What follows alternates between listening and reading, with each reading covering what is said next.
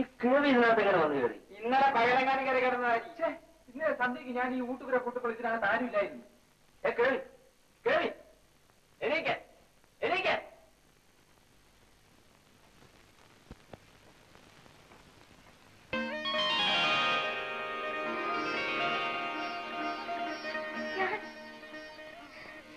എന്റെ ദീനമെല്ലാം മാറിയോ?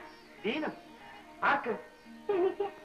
ഇന്നലെ രാത്രി ഞാൻ ഇവിടെ വരുമ്പോ എന്റെ ദേഹത്തെല്ലാം പുണ്ണായിരുന്നു.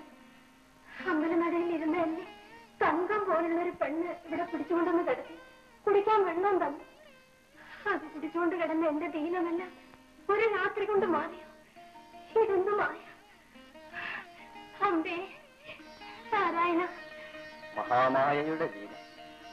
അമ്മേ, ഇന്നലെ രാത്രി അമ്മയെ ഇവിടെ കൊണ്ടുവന്ന് കിടത്തിയത് സാക്ഷാൽ ചോറ്റാനിക്കര അമ്മ തന്നെയാണ്.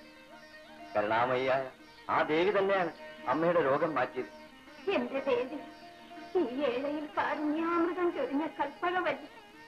ഇന്നു മുതൽ ഇവൾ അവിടുത്തേതാകി. ഈ തിരുസന്നിധി വിട്ട് ഇവൾ ഇനി എങ്ങോട്ടും പോകില്ല.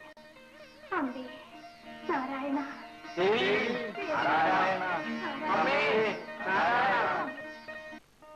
തലമുറകളിലൂടെ പകർന്നു പോന്ന ഈ കഥകൾ കേവലം കെട്ടുകഥകളാക്കി പരിഷ്കാരികൾ സൂക്ഷിച്ചിരിക്കും.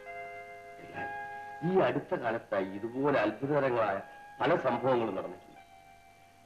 ഉറങ്ങാൻ ധൃതിയില്ലെങ്കിൽ പറയാം. ഉറങ്ങാനും ദേവിയുടെ അവദാനങ്ങൾ കേൾക്കുന്നതിൽ പരമാനന്ദം വേറെ എന്തുണ്ട് സ്വാമി?